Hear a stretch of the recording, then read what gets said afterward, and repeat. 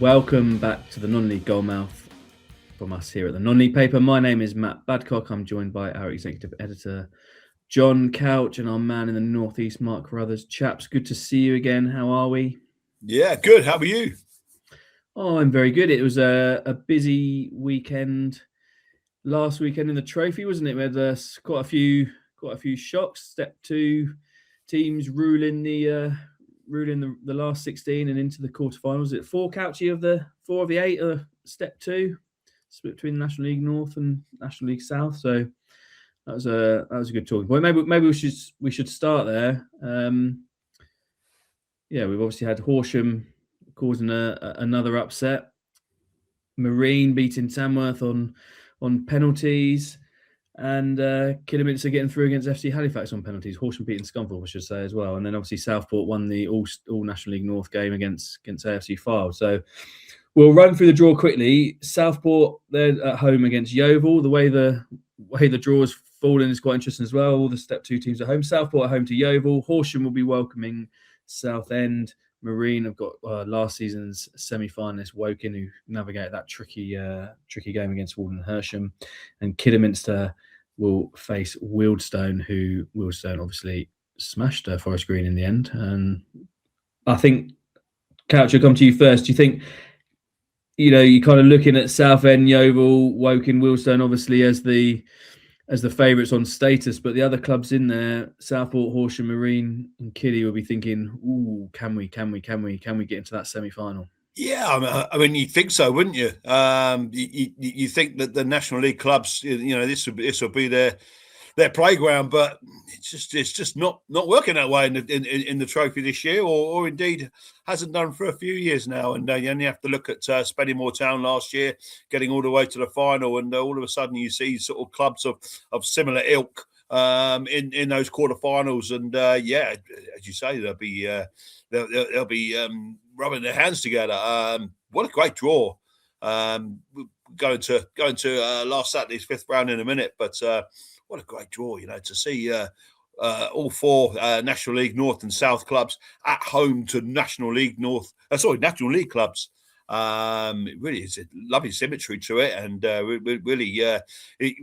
really gives you something to feast over, because Trent's been a little bit disappointing this year for me. I think there's just so much at stake now with promotion. It's so open this year.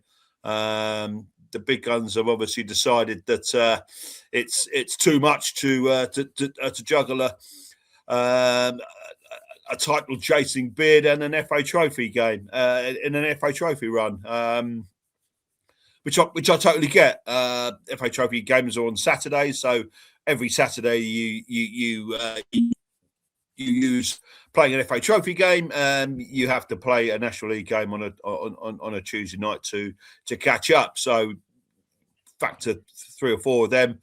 The weather being the way it is at the moment, Tuesday night games are not very desirable to anyone. So yeah, I totally get that. And the likes of Rochdale and York, Carlisle would have benefited from having either having a Saturday off or be able to focus solely on their league campaign. But it's not great for the trophy, but it certainly is good for those clubs who are still in there. Horsham going to Scunthorpe United, what a great result that was, and Marine as well, beating Tamworth away. Kiddie knocking out FC Halifax, so having a good season in the National League. Really good results, and it sets up quite nicely for the end of the month when we're in last 8 territory. Yeah, definitely, Mark. We have seen clubs have sort of dual runs, haven't we, at the league? And I can't remember when Lincoln City had that mad year when they won the title in the FA Cup. They got to the semi-final that year as well. I think York beat them. Yeah, York beat them down that year, but I think Danny Cowell used to call them the Lincoln City Lizards, their sort of trophy squad. They were sort of like I think they were like the Lincoln City. I'm going to have to Google it while we keep chatting. But he had like this nickname for the sort of the trophy team who had to kind of keep coming in, and because they had so many games. But as Couchy said, it's clubs have seen that, likes of Spenny last year obviously got there, and we've had Bratley win it in the past, and some other clubs that we're going to come on and talk about in a bit, because we're going to do something a bit different in this episode. Pick out some of our favourite games that we've covered. Hornchurch, obviously, when they was step 3 in that sort of mad COVID year, when they were the only games they were playing was the FA Trophy. So yeah, it is. I've spoken to Bobby Grant, the Marine manager, this week for a piece in Sunday's paper, and I think it's the first time in 31 years Marine have got to this stage, and it is. It's really special for these clubs to have this opportunity now, Mark, isn't it? I think there's been a bit of a change in how the trophy's viewed in the last sort of decade or so, though, where maybe step 2 and 3 clubs are now looking at it as an achievable target. It is attainable. I think you mentioned clubs there, your Brackleys and Hornchurch is a great example when they got there, and clubs step 2 clubs Hereford that year as well. That's the one thing. So Concord have been there as well. So. Yeah, absolutely. So you're looking at clubs from, step 2 and 3 are getting the finals on a routine basis now. There is a little bit more excitement about it because of that. And I think it's sort of taken away the fact that some of the, how do I put this? Maybe some of the bigger clubs in the National League view it as a slight hindrance. Has just opened up that opportunity for step 2 and 3 clubs, which has given the trophy a bit of a different feel. This year's it's a fascinating looking at the draw.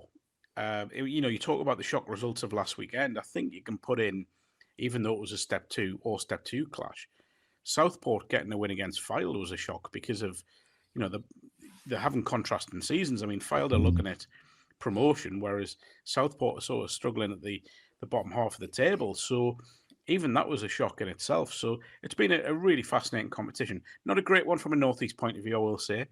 One of my, being selfish, one of my routes to Wembley has been blocked off, but that's another story altogether. It's been a great competition again this year, and because of the clubs in step 2 and 3 are really pushing. Yeah, definitely. And I think, as we said before, I think if you get to this stage, you can't help but think about it. The managers can no longer knock back the Wembley question with we're not thinking about that, because I'm sorry, you have to be thinking about it. And also the chance to play at Wembley. If you said to me right now, you can play at Wembley tomorrow, if you walk there, I would put my trainers on and walk out the door and get down. I'd love to play it. Amazing experience to be able to do. Mark, you'd have to leave a bit earlier than that. But it's raining outside and it's a bit windy. Well, let's come on then. Let's come on to the Isuzu FA Vase. Are all your eggs in your North Shields basket then? Well, for your trip to Wembley, annual trip to Wembley. In terms of a trip to Wembley this season, for work anyway, yes. We're still pinning slight hopes on Newcastle getting past Villa in the FA Cup, but that's not going to happen. So, but that's again more personal than professional.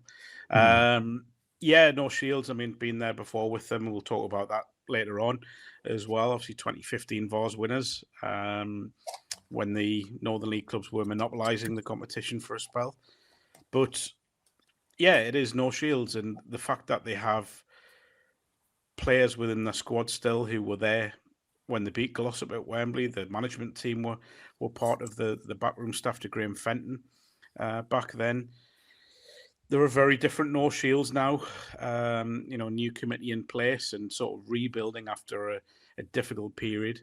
And this Vase run's just added further excitement to what they're doing. And you look at the journey the club's been on in the last sort of 10 years, it's remarkable, really, almost going out of business, getting promoted into the NPL as Northern League champions, and then forcibly relegated because of failure to meet ground grading criteria.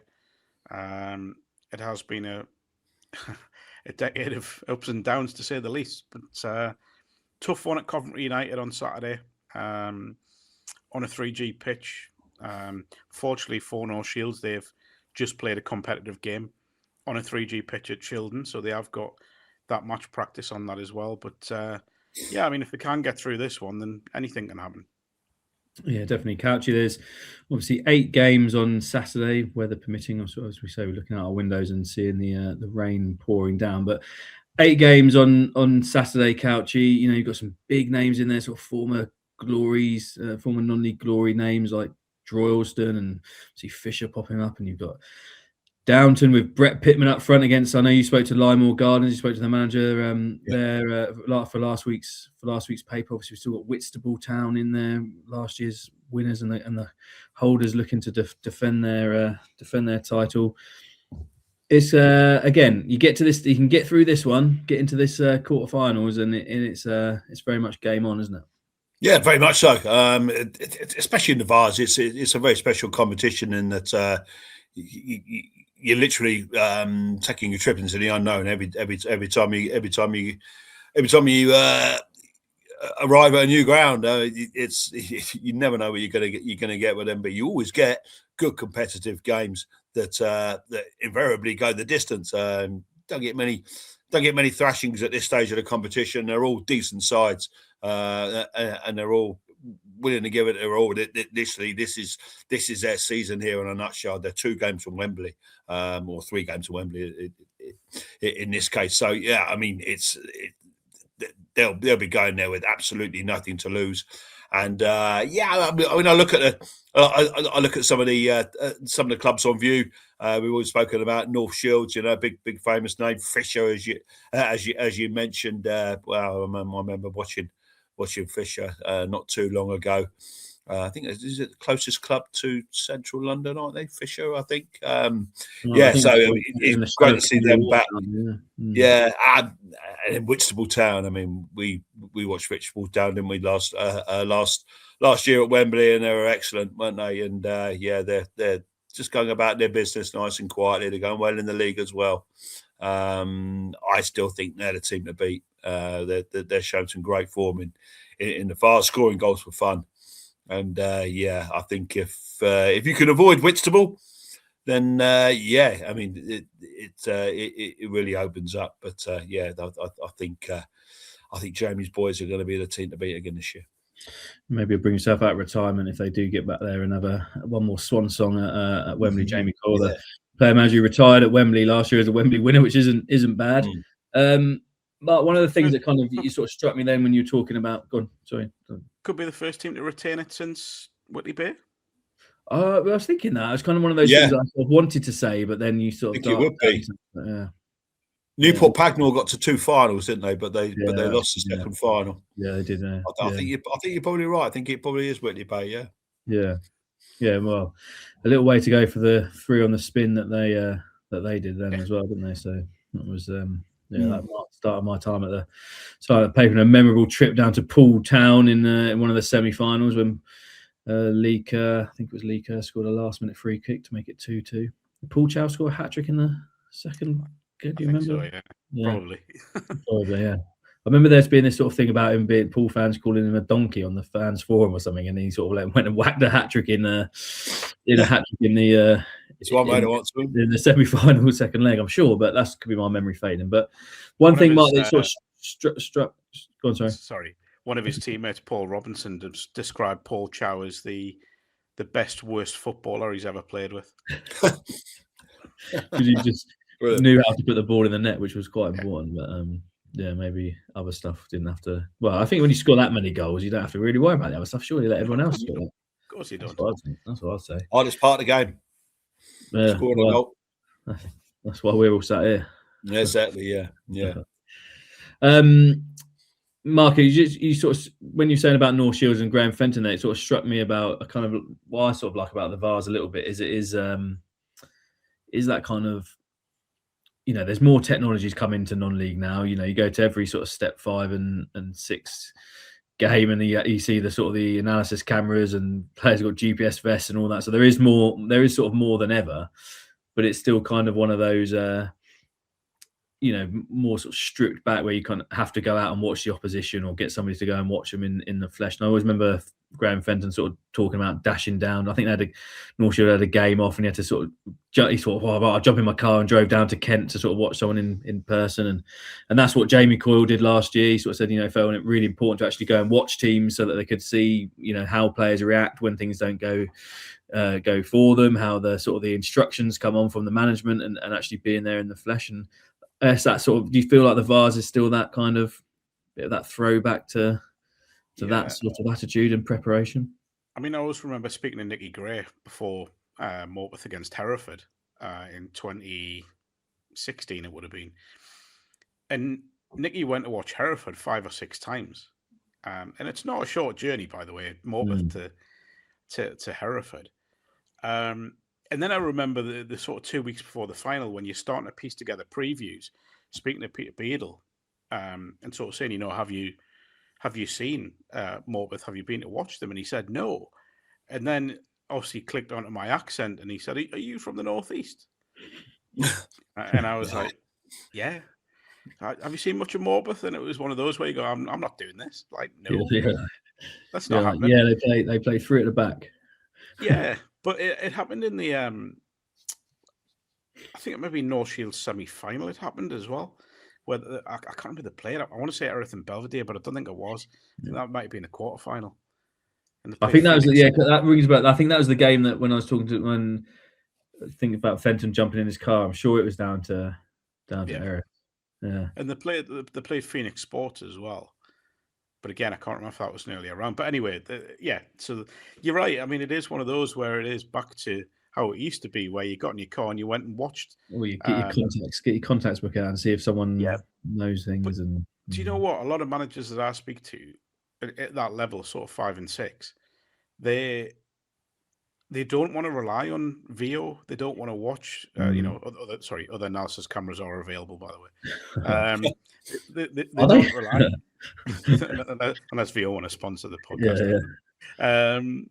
But yeah, I mean, they don't want to rly on stuff like that. They want to go and watch them in person. And one of my good friends, Paul Dixon, who covers non-league for BBC up here, he always says that the greatest judge is your own eyes, rather than, you know, watching a video. Go and watch it in person and make a judgment on that. So yeah, I think it's a really good point that, you know, whereas in the trophy you may get away with it because there is better footage, a bit more knowledge out there as well. You're kind of a bit more knowledge. Yeah. And not as many clubs in the competition. Whereas with the Vase, I mean, it's so vast, isn't it, that you look at how many clubs are in it in the first or the preliminary round. So yeah, it's an interesting point I've never really thought of. I think it's it's that, you know, highlights are out there, but they're not, you know, they're often fleeting. And if you're gonna do your prep and take it seriously, you got to put the miles in.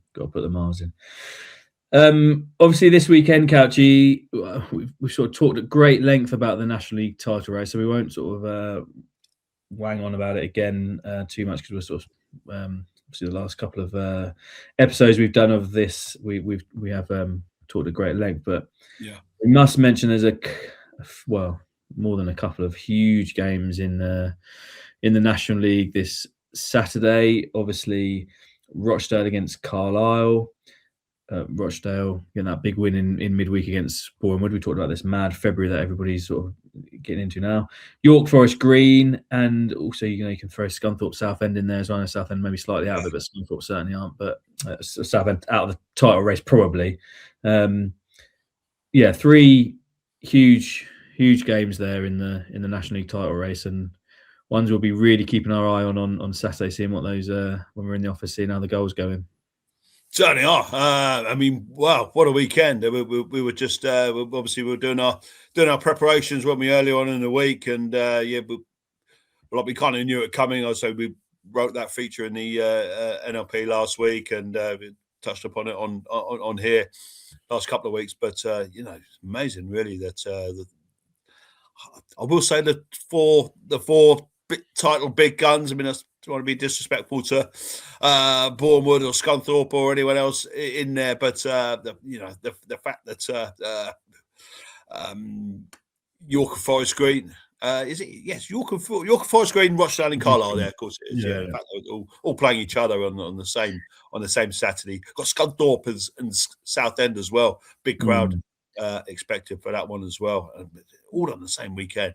Yeah, and you've got Scunthorpe going to Carlisle on Tuesday night as well, which is kind of only adds to it. And then next weekend, you've got Forest Green, Carlisle as well. So it's kind of all sort of simmering nicely. And also in the National League South, and on Tuesday night. Yeah. That's true, yeah. And National League South, we've obviously got Torquay, Dorking as well on Saturday, and the top two in that. So a huge weekend of league action as well. Saying about got the Isuzu FA Vase. Huge weekend of league action. If you like and subscribe to this podcast, that'd be great. And go back and watch that last episode that we did talking about that, because it's not out of date just yet. It will be. You can go back and sort of pick out all the things that we it's still relevant incorrectly, but at the moment it's still relevant because not much has changed. So we thought we'd mix it up this week, chaps, didn't we? And I kind of asked you this question earlier to have a think about, then immediately regretted it myself because I can't. My memory is sort of playing tricks on me of games that were my sort of favourite. And I said, let's pick out roughly three of your favourite non-league games that you've kind of either seen live or covered. And then that was kind of as open a bit of a can of worms in the sense of, are we just talking about pure sort of mad 5-4 kind of games, or is it what was on the game, what it meant to you at the time, the feeling being there, whether you're covering it or whether it was alive, as a fan or whatever. So we've kind of left it loosely open to interpretation, really, and deciding what ones you're going to go with. And I think some of them might overlap in some cases. But I'm going to start with you, Mark. Let's go with. Are we going top three? Do you want to start with three, or are you going to leave your rankings open until and separate them? All I'm looking forward to is one of them. Yeah, go on. All I'm looking forward to is the what about this one, and that'll come on social media. Come on, be over and pick this one. Well, this is it. Yeah. So that's the other thing to say. Like, in the comments, let us know what your favourite games are that you've been to, because we sit on here and talk about lots of different issues and things, and we sometimes forget actually it's about going out and watching games of football and enjoying it. So let us know what if you've got in the comments. Let us know the ones that stand out for you. But go on, Mark, kick us off with one, and not pinning you down to a top three. Then let's just thank God. This one. Yeah. So look, when you're in and around Blythe Spartans, you immediately are told about the FA Cup and what it means to them to be in the FA Cup. And I'm guessing a lot of people may think I'll be going to the Hartlepool win or playing Birmingham City or games like that. But the year when they reached the third round and played Birmingham, they played Leek Town in the fourth qualifying round.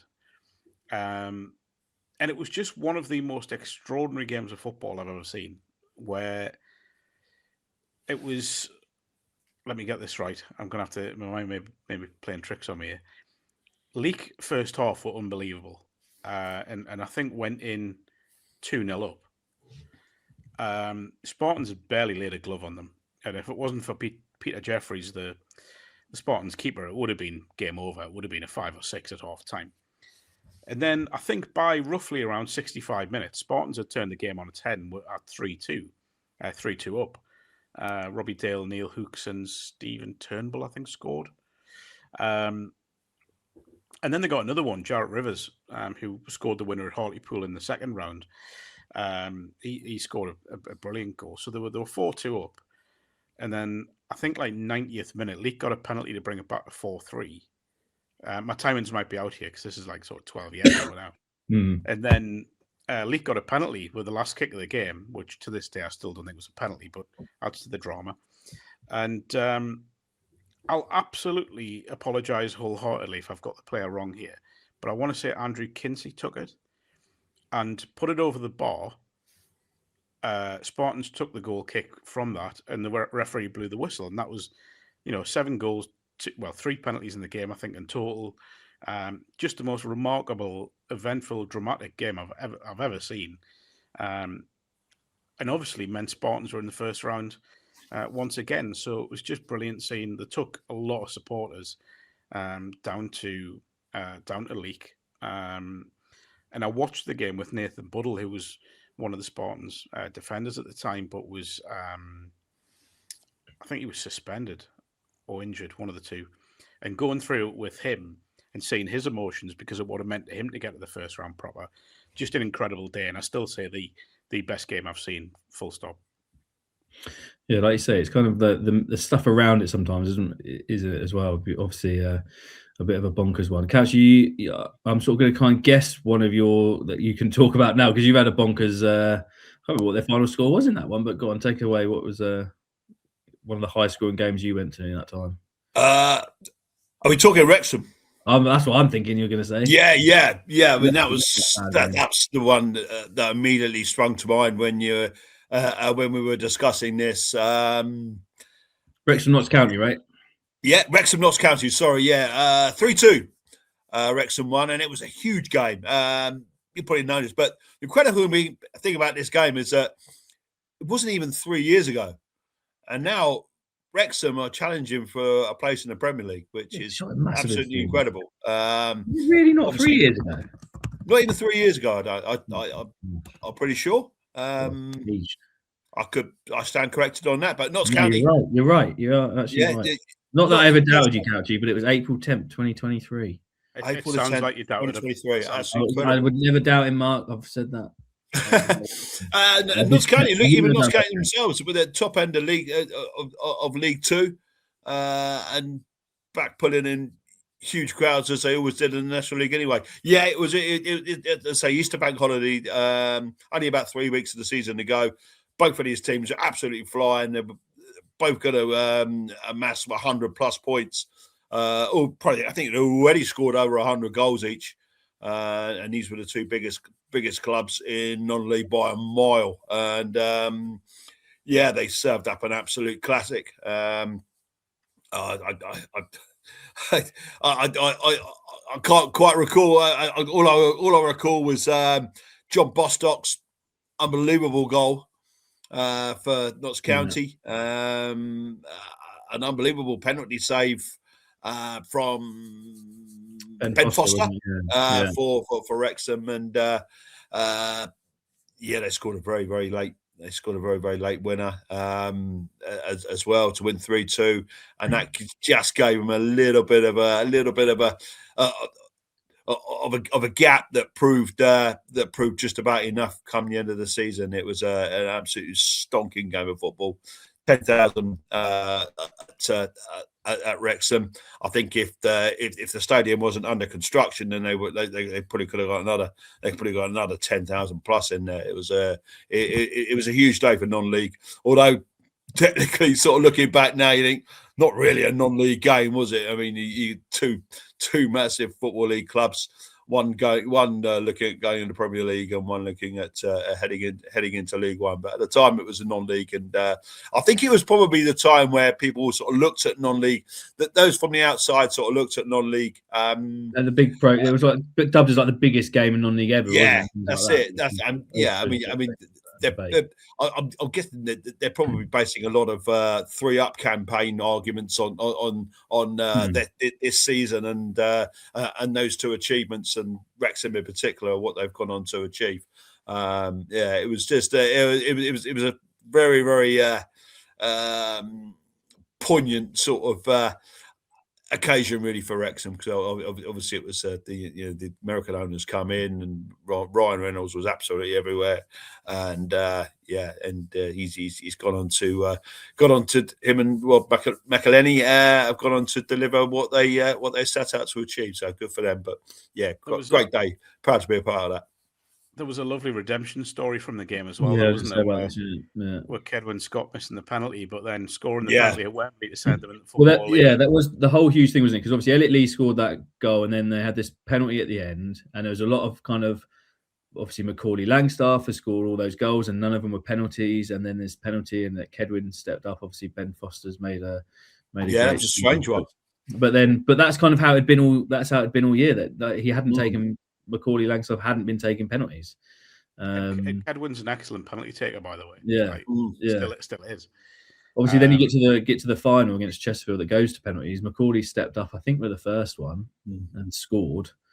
I think he'd not long been on the pitch. I think he come on as a late substitute, so a bit cold maybe. I don't know, but like Mark says, the final, the decisive kick was Kedwin's to get Notts County promoted, which was another. That was a hell of a game as well. The Bournemouth game in the playoffs, wasn't it? Notts County were very, very close to getting knocked out of those playoffs, which would travesty better. They would have got 108 points or something. That's something silly. I mean, we talk about York getting 96 points and not going up. Notts County were very, very close to getting 108 and not going up. Crazy. Well, obviously, like I say, Wrexham 98 points that year when Fleetwood won it, and had to wait quite a few more years to get over get over the line. But yeah, that was. I remember watching that on my phone in the car on the way back from a family thing on that Easter, because it was on Easter Monday, I think, actually, wasn't it? And Yeah, it was. Sort of make the missus drive us back so I could.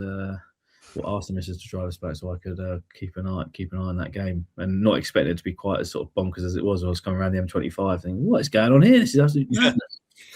I think I sort of, that game clearly lived up to it. I'm going to sort of come in with one of my first ones is a 3-3 at the end of extra time and penalties win, and that was North Ferriby's FA Trophy final triumph against Wrexham. I think you were at that game as well, Mark. I can't actually remember if it was a good game. I feel like maybe up until about 70 odd so minutes, it probably wasn't the greatest game in the world, and it was kind of going Wrexham's way. And then obviously I did a piece about this last year because it was the 10-year anniversary of it, and I think the game was in March, that game as well. Is it when they were playing the trophy in March? So yeah, kind of out of nowhere, about 14 minutes to go. I think Wrexham were 2-0 up, kind of cruising. They got an early-ish goal in the second half, and then it was, well, this is kind of what we expected. North Ferriby, what a great run they've had, etc., and kind of typing out all those sort of those lines in the match reports. And then Ferriby got a penalty. Liam King smashed it away, and he put away quite a few important penalties in that trophy run in that season. He smashed it in and kind of got Billy Heath's side back in the game. And then about 10 minutes later, 4 minutes ago, Ryan Kendall, who came off the bench from, if memory serves me, got the equaliser, sent it into extra time, where he's then got another one, Ryan Kendall, put North Ferriby 3-2 up. And at that point, you're thinking, surely this is not going to happen. I think then Louis Moult, when we sort of got, slammed Wrexham back into it, looking at a couple of minutes to go, to send it to penalties, which obviously then Ferriby went and won. I sort of remember Tom Denton having a penalty. Was it Ryan Kendall? Whose penalty sort of kind of bounced down really just closely over the line. It was like, is it going to be given in the drama in the penalty shootout as well? But also the story of a step two, kind of this village team from in the sort of shadow of the Humber Bridge had kind of gone all the way to Wembley and won against sort of mighty Wrexham. It was a mad one, Mark, wasn't it? It was actually my first ever game reporting at Wembley. There you go. And I remember it rained down a lot. It was a really rainy day from what I remember. North Ferriby were they were quite direct, weren't they? They had Tom Denton up front, and they went into him. They weren't shy of going into him. But they could play some decent stuff. Yeah. Please feel free to correct me if I'm wrong, but there was a winger, was it San Just? Who Jason St. Just, was excellent. It was like electric, wasn't it? Yeah, and that sort of second. And he was brilliant that day, and really posed all sorts of problems for a very, very good Wrexham side. I was delighted for Billy because he's such a good character, and just his football's very sort of as I say, direct, and it was. But he got the best out of those players, and you mentioned Ryan Kendall. I mean, coming off the bench and doing what he did, just a brilliant side, full of leaders as well. That's the thing I always remember about that North Ferriby side. They had experience and leadership right the way through. Much the same as you. I expected to go then write a bland report on, things have gone exactly how we thought they would. But this is beautiful football, isn't it? It throws up the unexpected from time to time, and none more so than that game. Yeah, so when I spoke to Billy Heath and Liam King last year for the sort of the piece looking back, it was kind of sort of struck you how kind of a bit bonkers they were as a group as well, because they were so desperate to win. I think Billy Heath was telling me about, I think it was Nathan Jarman and Danny Clark, I can't remember off the top of my head now, who would travel in together, literally in the same car school, and they were so desperate to win in training that they'd kind of end up sort of squaring up, fighting each other basically in training. And then said we tried to put them on different teams, and you try and put them on the same team, and they still end up sort of because everybody was so desperate to win at anything they did, whether it was big game at Wembley or five-a-side in training in the week. They were so desperate to do everything they could to win games of football. That's what they kind of thrived on. I think it was Adam Nicklin saved, was a penalty shoot. Goalkeeper was a penalty shootout. But there's so many great stories about, he kind of, he'd been playing sort of like much lower down, and obviously Billy Heath's kind of journey as well. It was just, packed with great stories. And then we talk about redemption arcs as well. Obviously, Kev Wilkin, that was his, I think, if I remember rightly, that was his last game as Wrexham manager. He got sacked after that. And I remember it being a quite uncomfortable kind of press conference afterwards because, people were kind of going for him a little bit. And then obviously a few years later, he goes back with Brackley and becomes the step 2 team who upset a National League team by when they beat Bromley. So that was great redemption for him. So I've seen a couple of one of the other ones I sort of toyed of putting into my favourite games, but I can't really remember it because I was 6. But I did go to Guiseley-Gresley FA Vase final in '91, which was 4-4. So I've seen some sort of mad games at Wembley, but I can't claim to remember anything about it other than being slightly late and running up the stairs and while the national anthems were going on, and just thinking how green Wembley's pitch looked. Because back in those days, most pitches were mud baths, weren't they? Whereas you saw Wembley's pitch and thought, wow, how green is that? Did he say 91? I think it was 91. You must have only been, 2 or 3 then? I was 6. I think it was 91. Yeah, so yeah. I was sort of. I wish, I know I look a lot younger than 40, but no, sadly not. It was 91. Yeah, 91. That was my first trip to Wembley. So I just assumed every Vase final would be, and some of them haven't been far off it. To be fair, haven't been far off it. Oh. What are you going to go with next, Mark? Have you got give us another memorable? As if we've rehearsed this, we haven't. This is the 2-hour rehearsal is paying off right now. Here we go. So I'll fast forward 3 months from North Ferriby, and my first. This is purely personal. This one, it's not. I'm not going to say it was a brilliant game, but reporting on a Northeast club at Wembley, and a Northeast club winning at Wembley in a professional capacity with North Shields beating Glossop North End in the FA Vase of 2015, and getting to know the North Shields players throughout that run as they got closer and closer, and getting to know Graham Fenton really well throughout that run. And there's some players in that squad, some coaches that are good mates still now.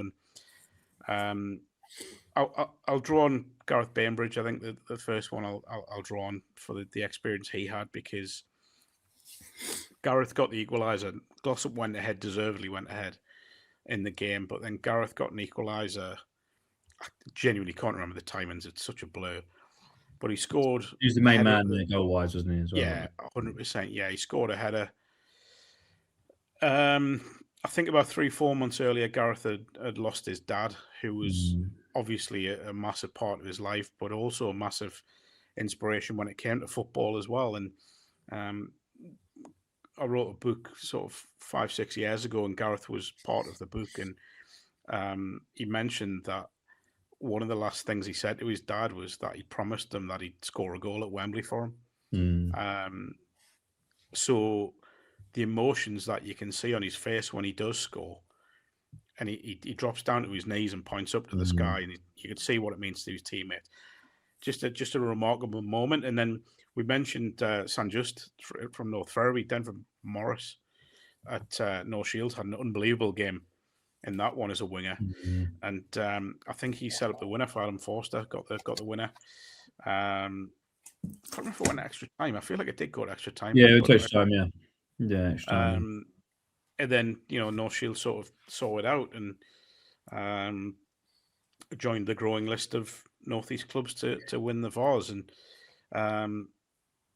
just a remarkable day personally and professionally, and one that'll live with me until the day I die. Yeah, I think it was that the game that took it back to the Northeast as well. I think Sholin won it the year before, possibly.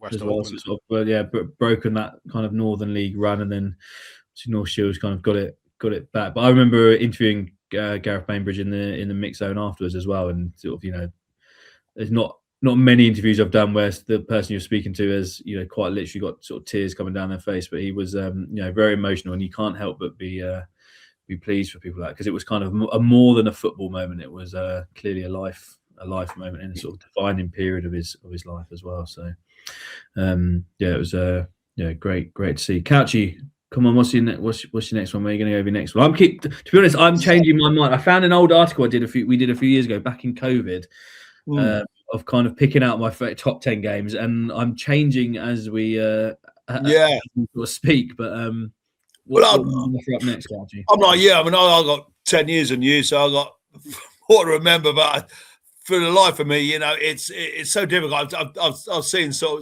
many sort of big moments, and there's one that keeps coming back to me, and it's a story I haven't really told, because in my first stint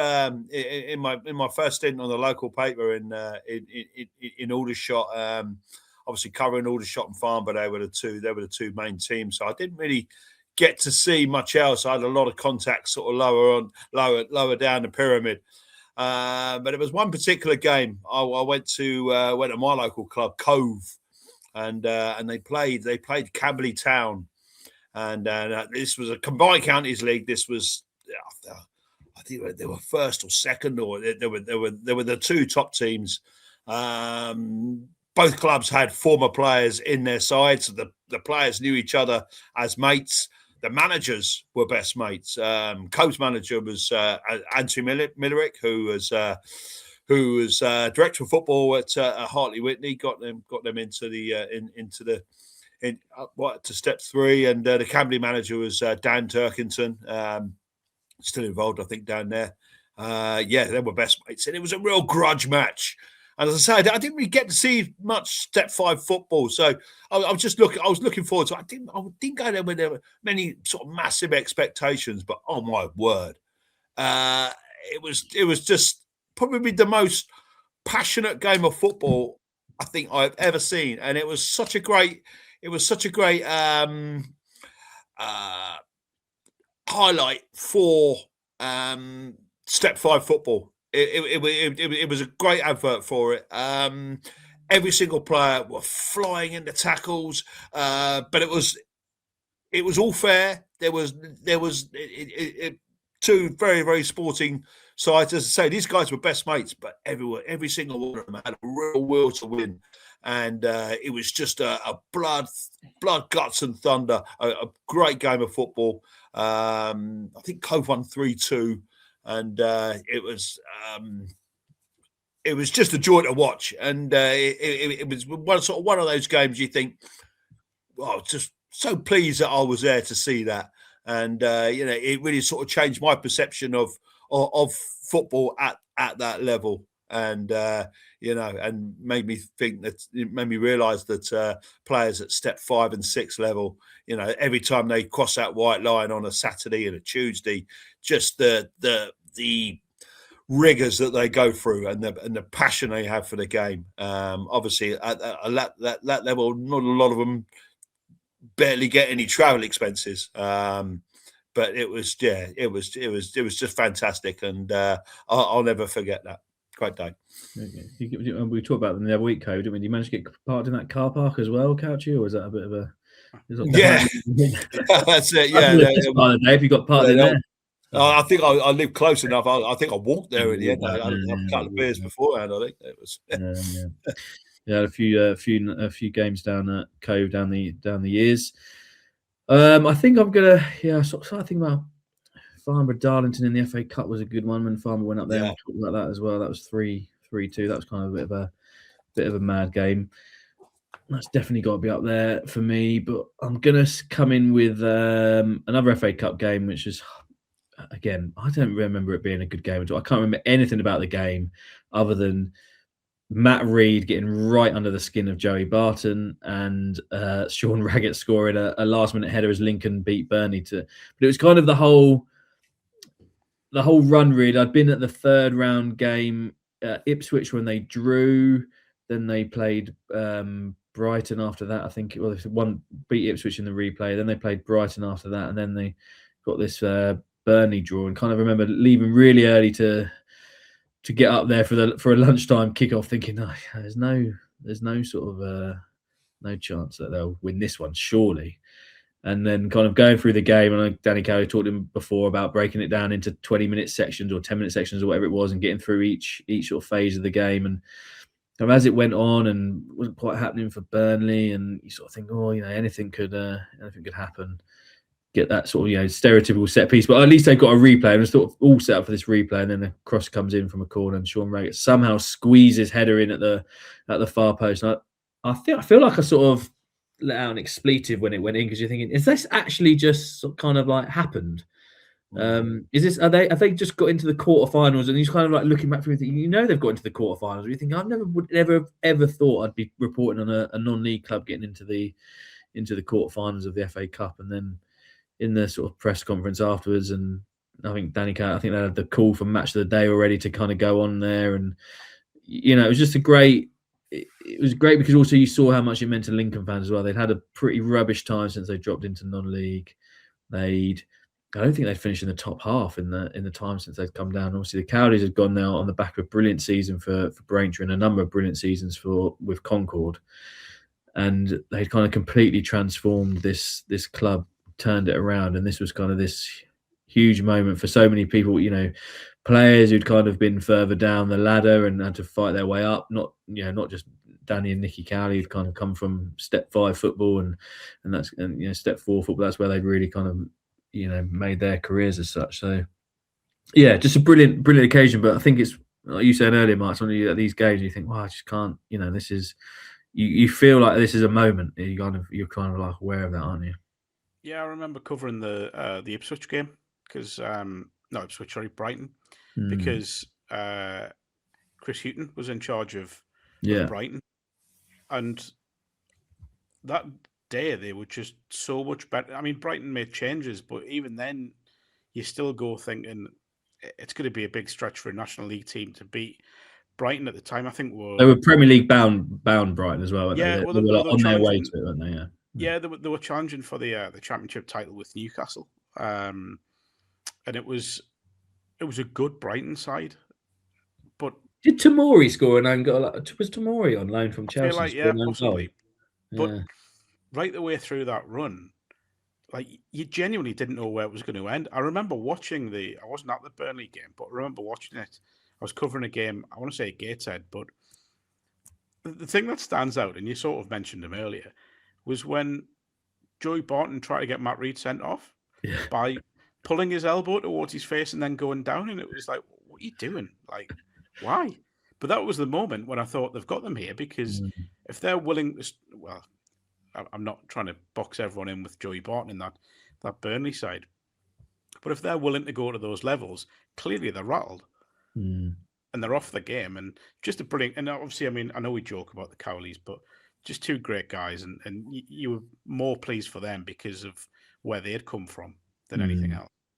Yeah, definitely. I think I always remember for Matt Reed that season standing in front of it when free kicks were being lined up and standing in front of the goalkeeper and sort of kind of like always sort of like trying to distract him while he's trying to set his wall up and things like that. But that's kind of the team they kind of were. And like you say, the Cowleys having this mad ride, and then sort of kind of went to their house like a couple of weeks later before the Arsenal game with the FA Cup, and did bits with them sitting around the table and their family. Their mum and dad were so sort of kind of involved in it as well, and both their wives and their kids as well, always at games. But always see their mum and dad around at games, and they were on the bus helping them with pastas and things like that. So it was kind of a real mad story, combined with the fact they were going so well in the National League, and there was this this title race as well. But I think it is those FA Cup games. We mentioned one before we came on as well. There was that Salford Notts County one sort of sticks out that we were both at as well.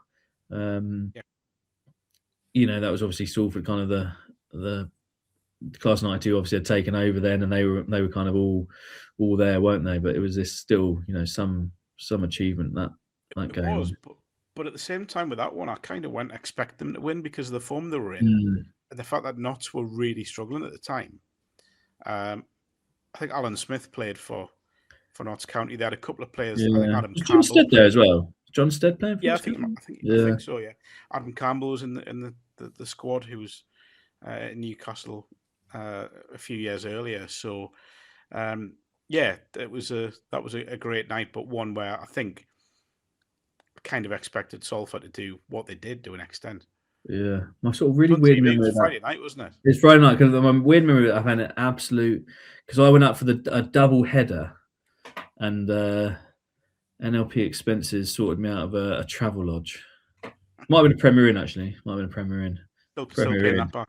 Premier Inn, yeah, yeah. Like £10 a week. And at breakfast.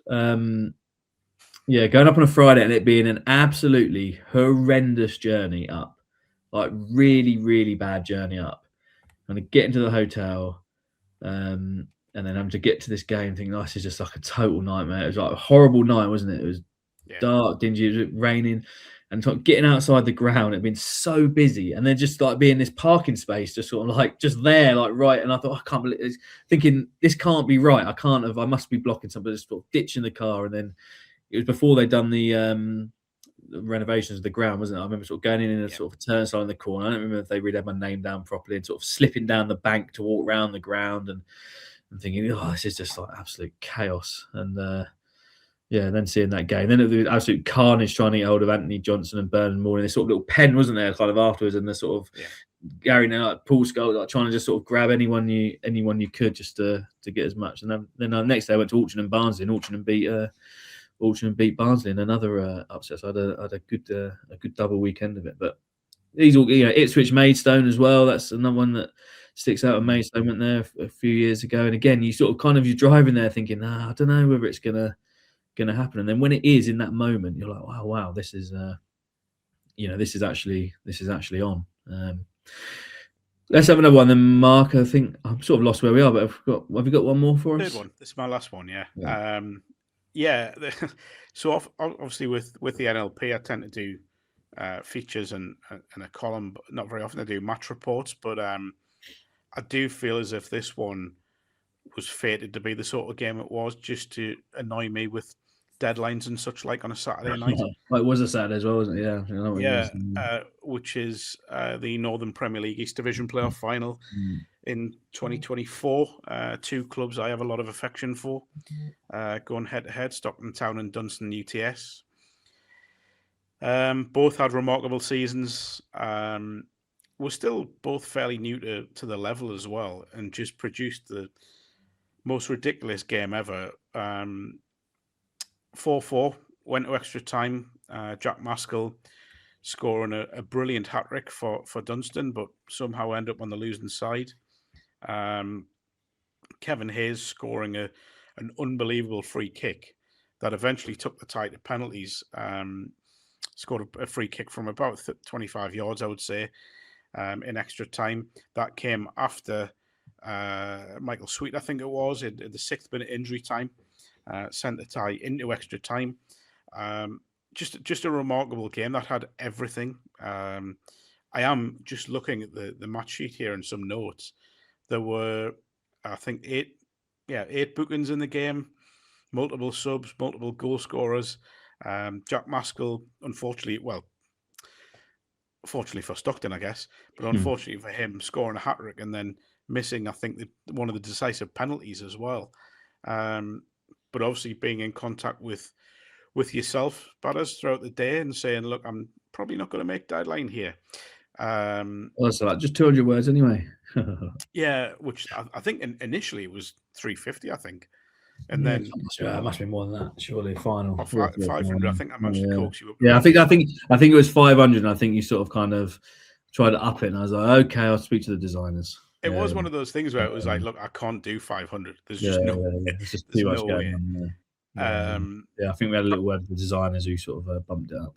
Couchy must be a Dunstan fan, I guess. He's gone. Well, he I thought it was the mention of Maidstone beating his Ipswich, but we sort of slightly overrun, and he's got somewhere important he needs to be. So that's why he hasn't just his internet hasn't cut out. He has just dumped us basically. So we will crack on. But I'm sure it is to do with. I'm sure that the Ipswich mention hasn't helped, but I think it has. I think looking at that game though, it was just something. Sometimes when you go into playoff finals and cup games and what have you feel as if it could be players become overrun by nerves and what's at stake. But that day it was just two sides just going for it. I don't mind saying, in terms of Michael Dunwell, the Stockton manager, and John McDonnell, the Dunstan manager, two managers I really admire and who I get on brilliantly with both of them. And seeing one of them have to come out on the wrong end of it was as hard to take, as joyous as it was to see the other one coming out on the right end of it, because I sort of charted Stockton's journey from Wearside League to where they are now in Step 3, and that being the biggest step yet was just brilliant. And people like Martin Hillaby, the chairman, and Adam Nicholson and Tom Coulthard, and players within the squad who have been there throughout this whole journey, was just brilliant. But then I looked at the other side and Dunstan, and they're players that had been with them since the Northern League and had been so close. And then the biggest heartbreak of the whole thing is that last year, the same thing happened where they got to the final again, played against Stocksbridge Park Steels and got done on penalties again. After what I will say was the most grim 90 minutes, 120 minutes of my life. But but Dunstan will be there or thereabouts this season. I hope they get up. And Stockton, I genuinely wouldn't rule them out being National League North this time next year. Yeah, I think that's one of the kind of interesting things about our job that probably people don't really, talk about all that much. And there was obviously the professional kind of neutral line that you're always taking. But I think particularly in our roles in non-league, where it is kind of, I've not sort of spent time covering Premier League football and Premier League clubs. I don't know kind of what it's like. Maybe it is the same, where you kind of have that real kind of sort of attachment and relationship. You see it with people who cover sort of big clubs in the Championship and things. They clearly there are lots of sort of strong relationships with reporters and players. But it is a strange kind of thing, isn't it, when you're watching these really big moments, and in fact, had it at Wembley, kind of, and it's because I've been fortunate, obviously, to cover lots of England C games, so you kind of get to spend time with players, and you get time to, you listen to their stories and their journeys, and you sort of understand their setbacks, or about their injuries. Sometimes about things that that aren't sort of for public consumption, that's kind of been going on in the background, and you kind of have this very small window into their lives, but it's still quite a revealing one. You kind of it's hard, I sometimes think. I've been at Wembley in penalty shootouts in playoff finals, and you sort of see someone going up, you think, oh, please, I'd hope, really, please score. You think you're sort of like nervous for them. They're probably not even, they've obviously been doing what they've been doing all their lives, but you just sort of think, oh, please don't be the one who kind of misses. And you see in that mix zone afterwards, don't you, when they come out of the change rooms and they walk through to put their bags on the bus, and you see people you kind of have spoken to and talked about. I've seen them in brilliant moments and know kind of what it means to them. You sort of see them come past, you can see how upset they are, or they can't talk. Some will still come over and talk and sort of, not front up, because that sort of sounds like there's something to sort of front up to, but they will talk to you.